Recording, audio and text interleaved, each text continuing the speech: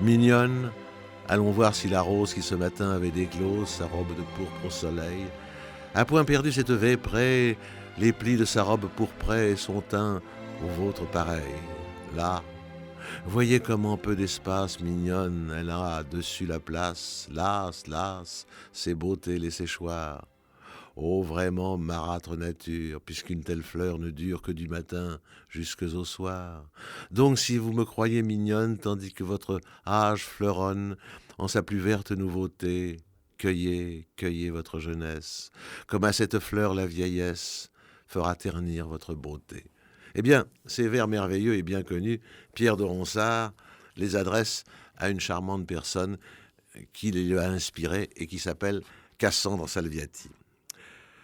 C'est un jour de printemps, le 21 avril 1545, au cours d'un bal donné au château de Blois par François Ier. Vous savez, François Ier est un roi fastueux qui aime le plaisir tout autant que la guerre et qui aime les arts aussi et qui donne souvent des fêtes. Eh bien, au cours d'un bal, le jeune Pierre de Ronsard aperçoit une ravissante créature dont il ne peut détacher les yeux. Il est vraiment séduit dès le premier coup. Ronsard se destinait à la carrière militaire, mais il est atteint de surdité et ça lui a interdit de suivre sa vocation. Alors, il va se consoler. Il va se consoler en passant à la postérité, en écrivant des vers merveilleux, mais ça, il ne le sait pas encore. Alors, naturellement, il se renseigne sur l'identité de cette jeune fille et son interlocuteur lui apprend que cette belle personne se nomme Cassandre Salviati, qu'elle est la fille d'un riche banquier de Florence et que par là même, elle est la petite cousine de la future Catherine de Médicis, c'est-à-dire de l'épouse d'Henri II, du futur Henri II, le dauphin. Alors Pierre de Ronsard est évidemment impressionné, il regarde Cassandre avec une intensité comme seul un poète pourrait regarder une femme, et il conclut qu'en effet elle ressemble à une patricienne florentine, qu'elle a tout l'aspect de cette élégance italienne qui le séduit. Alors on lui apprend encore que le père de Cassandre a suivi le roi François pour s'installer sur les rives de la Loire, qu'il a épousé une Française, et que la famille vit à Talcy, où elle possède un magnifique château. J'ai eu d'ailleurs l'occasion de tourner au château de Talcy, justement, un film pour FR3 qui comptait les amours de Ronsard et de Cassandre Salviati. Et naturellement, Pierre de Ronsard est bouleversé par la vue de cette jeune fille. Il la regarde, il est fasciné. Et comme la danse a cessé, il s'approche d'elle et il la fixe, il cherche à capter son regard. Et enfin, elle tourne la tête vers lui et il se sent bouleversé. Il voudrait lui parler, mais il est très timide. Et puis en plus, je vous l'ai dit, il entend mal, il a peur de ne pas très bien comprendre tout ce qu'elle lui dira. Mais comme nombre d'invités, Cassandre éprouve le désir de respirer l'air du soir. Alors elle s'engage dans le grand escalier du château, le fameux escalier du château de Blois, et Pierre la suit, et il attend un moment favorable, puis il s'approche d'elle, le cœur battant, vous l'imaginez, puis quand on est poète, on est doublement amoureux, et il la complimente sur un poème qu'elle vient de réciter, car elle vient de réciter un poème. Elle lui offre un charmant sourire, alors il se présente et il lui propose de faire quelques pas dans le jardin avant de retrouver l'agitation des danses. Et Cassandre accepte et ils marchent côte à côte. Et Pierre de Ronsard est vraiment enivré par le parfum qu'il respire.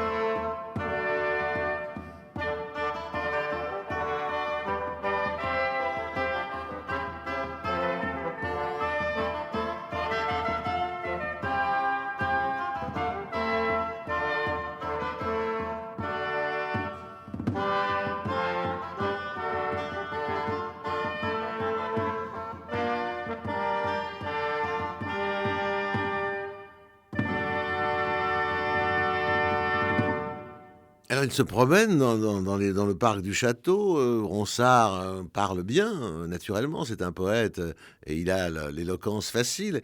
Et Cassandre est troublée par tout ce qu'il lui dit. Et puis soudain, elle a un petit frisson, elle a un peu froid, elle demande à rentrer. Et alors que, au moment où ils arrivent au premier tournant de l'escalier, avant de le remonter, il, il lui chuchote permettez-moi un baiser. Oui, oui, pour un poète, il ne manque pas d'audace. Il s'est rendu compte sans doute que la jeune fille était troublée. Alors, elle hésite un instant et puis elle ne se dérobe pas. Il s'avance vers elle, il dépose d'abord un baiser sur sa joue. Et puis, vous savez, les choses se font très vite, parfois entre jeunes gens. Voilà que ses lèvres glissent sur celles de Cassandre et Cassandre accepte le baiser du poète et elle accepte de lui rendre ce baiser. Et alors il lui chuchote à son oreille qu'il voudrait une mèche de ses cheveux. Et elle le lui promet.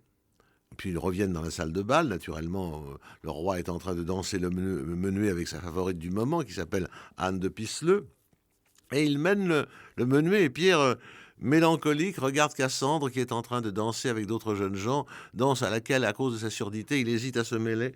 Et quand il revient dans sa chambre d'auberge, car il couche à l'auberge, il a été invité au bal, il couchait donc à l'auberge non loin du château, et bien naturellement il va penser toute la nuit à Cassandre, il ne ferme pas l'œil de la nuit. Et au matin, avant qu'il ne reprenne la route de la Poissonnière, car il habite un château lui aussi à la Poissonnière, pas tellement loin, un écuyer lui le demande, lui remet un étui. Pierre de Ronsard l'ouvre en tremblant. Et qu'y a-t-il dans cet étui? Vous l'avez deviné, eh oui, une petite mèche de cheveux d'or que, évidemment, j'imagine, car je n'étais pas là, il va caresser et embrasser avec ferveur. Et à la Poissonnière, Ronsard rêve, tout éveillé, hanté par les grands yeux lumineux et les traits purs de Cassandre. Il se promène dans les allées de son château et il rime, et il rime des choses ravissantes. Alors vous me permettez de faire encore une petite entorse aux habitudes et à vous dire encore quelques vers, qui d'ailleurs ont été réunis sous le titre Les Amours de Cassandre. Ciel, air et vent, pleins et monts découverts, tertres vineux et forêts verdoyantes, rivages tors et sources ondoyantes, taillis rasés, et vous, bocage vert, autres moussus à demi-front ouvert, près, boutons, fleurs, et herbes roussoyantes, vallons bossus et plages blondoyantes, et vous, rochers, les hôtes de mes vers. Puis qu'au partir, rongé de soins et dire, à ce bel œil adieu je n'ai su dire, qui près et loin me détient en émoi. Je vous supplie, ciel, air, vent, monts et plaines, taillis, forêts, rivages et fontaines, autres plaies, fleurs, dites-le lui, pour moi. Vous voyez que même elle méritait bien de passer à la postérité, Cassandre, pour avoir inspiré à ce grand poète de si beaux vers.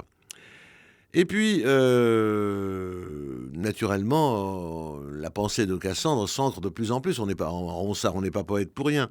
Et à la fin de l'hiver suivant, sa mère, qui voudrait bien marier son fils, Madame de Ronsard, a l'idée d'inviter la jeune fille en son manoir dans l'espoir peut-être d'engager les prémices d'une union avec les Salviati. Parce que, évidemment, c'est aussi un beau parti, indépendamment de sa beauté, elle est pourvue d'une riche dot. Et les Salviati acceptent l'invitation et au jour prévu, Pierre, qui a revêtu son plus beau pourpoint, tremble évidemment de tous ses membres quand le carrosse s'engage dans l'allée qui mène au manoir. Cassandre lui semble encore plus belle que dans son souvenir. Et pourtant, Dieu sait qu'en tant que poète, il l'avait enjolivée, mais elle lui semble encore plus belle. La description qui nous en est donnée par Evelyne Deher dans son livre Les meilleures muses de l'histoire est assez éloquente.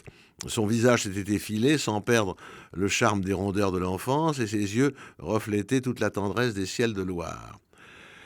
Pierre et Cassandre donc se retrouvent avec un plaisir évident, ils se promènent dans le jardin, Pierre dit des vers, ces vers que je vous ai lus tout à l'heure, sans doute les a-t-il écrits à ce moment-là et les lui dit-il, et la journée passe comme un enchantement. Et naturellement, quand les Salviati repartent, ils se promettent de se revoir, et Madame Salviati invite les Ronsard à venir les visiter la famille dans leur château de Talcy. Et Ronsard, lorsqu'il apprend qu'il va voir l'endroit où vit Cassandre, où vit sa bien-aimée, il est tout ému. Et chaque soir, à son coucher, il prend en main, il le dira par la suite, il prend en main l'étui qui renferme la mèche de cheveux de Cassandre et il regarde cette mèche de cheveux tendrement. Alors, les voilà, les Ronsard à Talcy. C'est un château médiéval aux hautes tours que le père de Cassandre avait fait restaurer en lui gardant son caractère moyenâgeux. Mais quand on franchissait la porte du château, alors l'Italie des Salviati apparaissait. Et puis voici Cassandre qui, à son tour, descend l'escalier et Pierre ressent la même émotion qu'à la poissonnière lorsqu'il l'a reçue. Elle lui sourit, il en tremble, elle lui fait les honneurs du château, qui est évidemment richement meublé. Vous pensez bien qu'avec leur fortune, les Salviati peuvent se permettre d'épater, si vous me passez l'expression, d'épater leurs visiteurs. Il est midi, ils vont dîner dans la grande salle et Pierre s'émerveille de la distinction avec laquelle Cassandre manie ses couverts, car manier un couteau et une fourchette, à cette époque-là, ce n'était pas tellement fréquent. La fourchette venait d'être découverte et la plupart des gens mangeaient encore avec leurs doigts. Or, elle mange, elle, d'une façon exquise, qui est très très rare, sans se salir le menton. Ni salir non plus de la nappe qui est autour d'elle, car à cette époque-là, les repas se terminaient d'une façon abominable, n'est-ce pas? Les gens étaient mangés. Alors, à nouveau, je vais vous demander la permission de citer une expression vigoureuse, ils mangeaient comme des cochons. Et dans l'après-dîner, eh bien, elle va proposer à Pierre de lui montrer ses roses, et naturellement, Pierre accepte, et les voilà qui vont se promener une nouvelle fois, côte à côte, tendrement unis par une complicité mystérieuse.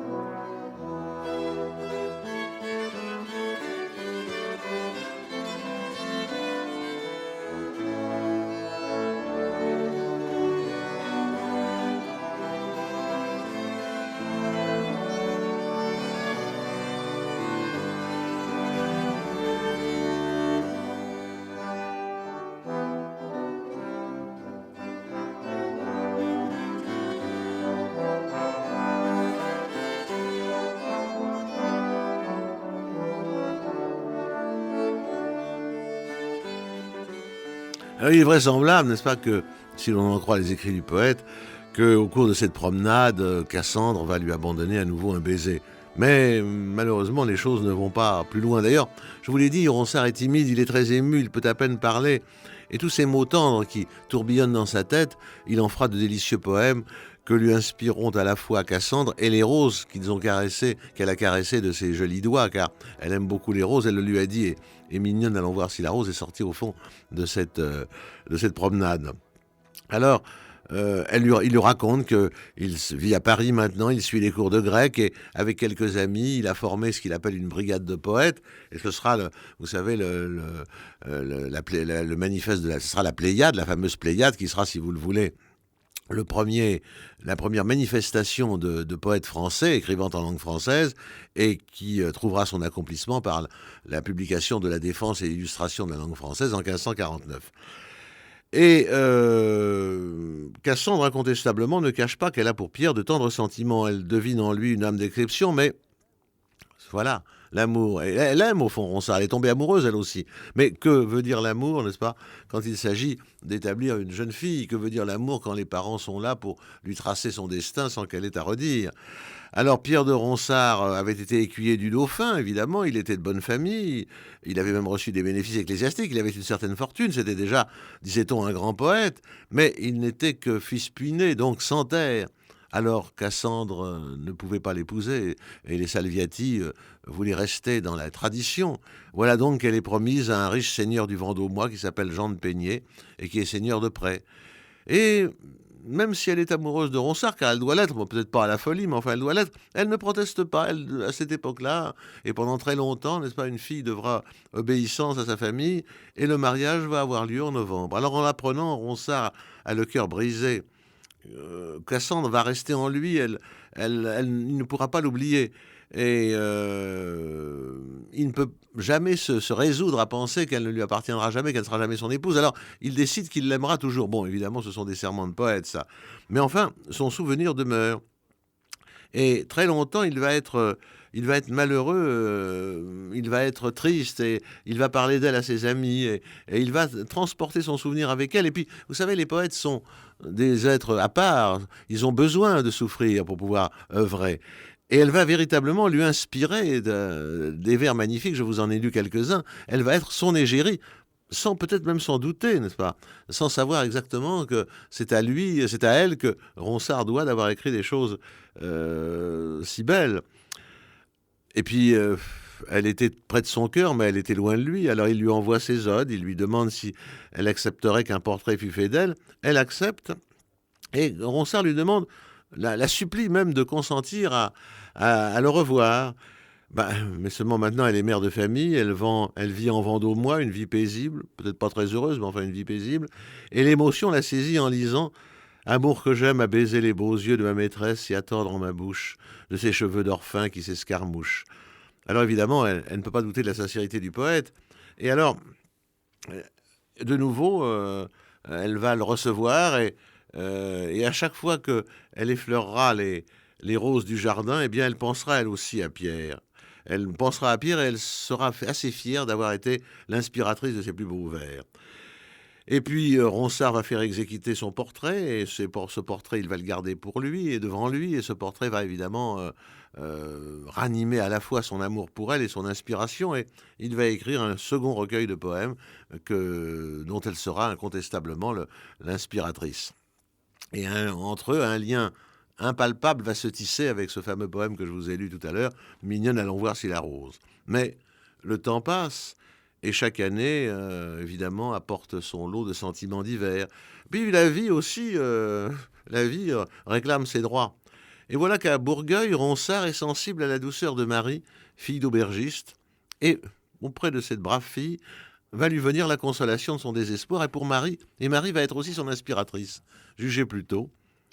Marie, levez-vous, vous êtes paresseuse. Ja, la gaie alouette au ciel a fredonné, et déjà le rossignol a doucement jargonné dessus l'épinassie sa complainte amoureuse. Sus, debout, allons voir l'herbelette perleuse, et votre beau rosier de boutons couronnés, et vos œillets mignons auxquels aviez donné hier au soir de l'eau d'une main si soigneuse. Arsoir en vous couchant, vous jurâtes vos yeux d'être plus tôt que moi ce matin éveillé, mais le dormir de l'aube, aux filles gracieux, vous tient d'un doux sommeil encore les yeux sciés. Ça, que je les baise et votre beauté teint 100 fois pour vous apprendre à vous lever matin. Vous voyez que les poètes ont des ressources. Autrement dit, qu'une autre fille se présente, et aussitôt leur inspiration rebondit, repart, et sans s'en rendre compte, cette humble petite Marie va inspirer Ronsard, va être elle aussi son égérie. Elle lui a porté chaleur et tendresse. Naturellement, elle était pour lui tout ce qu'il voulait qu'elle fût. Mais elle ne pouvait quand même pas supplanter Cassandre. Il est incontestable qu'il idéalisait son chagrin, et Cassandre restait l'unique objet de son tourment.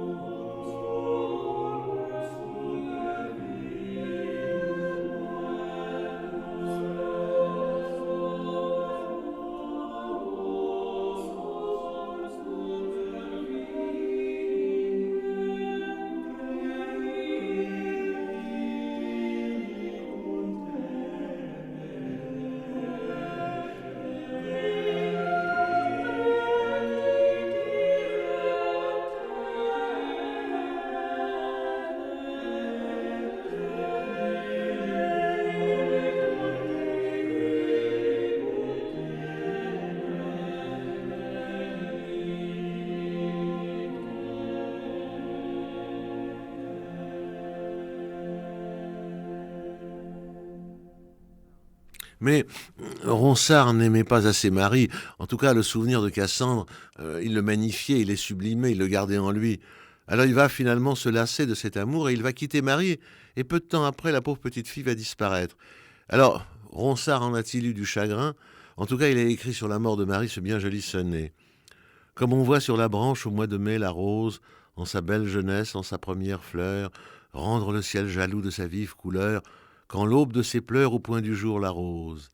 La grâce dans sa feuille et l'amour se repose, embaumant les jardins et les arbres d'odeur, mais battue ou de pluie ou d'excessive ardeur, languissante elle meurt, feuille à feuille d'éclose. Ainsi en ta première et jeune nouveauté, quand la terre et le ciel honoraient ta beauté, la parque t'a tuée, et cendre tu reposes. Pour obsèque reçois mes larmes et mes pleurs, ce vase plein de lait, ce panier plein de fleurs, afin que vif et mort, ton cœur ne soit que rose. Vous voyez, le mot, les roses obsèdent Ronsard, et sans doute est-ce parce que Cassandre les aime tant que les roses lui sont devenues si chères et si sacrées. Et puis, voilà quand même qu'une nouvelle égérie va se présenter, la fameuse Hélène, Saintongeaise, dont le nom, Hélène de Surgères, disait la haute noblesse. Mais Hélène restait froide, prude. Elle avait 24 ans, lui avait déjà le double. Il était célèbre et encensé, car il était devenu très célèbre. Ses poèmes avaient fait le tour de la cour. Il avait des lauriers, mais il n'y avait personne à les offrir, puisque Hélène le repoussait. Elle le dédaignait. Alors, elle va devenir sa muse malgré elle, et durant 6 ans, il va écrire des vers pour cette femme qui, au fond, ne l'aime pas. Il va composer 130 sonnets à Hélène, et elle demeurait de glace. Vous vous souvenez, quand vous serez bien vieille, au soir à la chandelle, dévidant et filant, dirait chantant mes vers, et vous émerveillant, Ronsard me célébrait du temps que j'étais belle. Et bien malgré tout cela, euh, euh, Hélène n'est pas sensible à cette beauté si largement donnée, offerte, qui devrait la troubler. Non, non, elle se contente de se laisser adorer en silence, mais elle ne répond pas à l'amour du vieux poète, car maintenant c'est un vieux poète. Et puis, l'image de Cassandre vit toujours en lui. Alors au château de Bray, Cassandre regarde maintenant ses enfants qui sont devenus des hommes, et elle repense au temps lointain de sa jeunesse, aux roses, à ses rêves d'amour. Se souvenait-elle parfois, se demande Evelyne Daher, de la mèche de cheveux donnée à Pierre après le bal de Blois? Elle y songeait comme du temps passé, où elle était une autre et où les roses avaient encore un parfum d'amour, un parfum qu'elles n'ont plus maintenant. Mais lui, n'oubliez pas, l'âge était venu, il n'entendait pour ainsi dire plus du tout, il n'entendait plus que les voix intérieures qui lui dictaient ses poèmes, et c'est à Cassandre encore qu'il écrivit ses derniers poèmes. Cassandre était veuve à présent, mais elle ne souhaitait pas revoir Ronsard, car elle craignait sans doute de rallumer des regrets. Et c'est à elle qu'il avait écrit l'absence, ni l'oubli, ni la course du jour n'ont effacé le nom, les grâces, ni l'amour, qu'au cœur je m'imprimais dès ma jeunesse tendre. Fais nouveau serviteur de toi, belle Cassandre. Il disparaîtra en décembre 1585, mais elle a la vie dure, la chère Cassandre, car elle s'était retirée à Blois et elle va survivre 20 ans à Ronsard, 20 ans à ce poète qui l'avait tant célébré et grâce auquel, il faut bien le dire, elle est passée à la postérité, car sans Ronsard, qui se souviendrait encore de Cassandre Salviati? Mais elle-même, songeait-elle qu'elle avait inspiré les plus beaux poèmes d'un des plus grands poètes? Elle était devenue Cassandre, muse inoubliable, et elle était restée dans notre souvenir parce qu'un beau jour, Ronsard l'avait vue caresser des roses. Au revoir et à la semaine prochaine pour une autre égérie, bien sûr.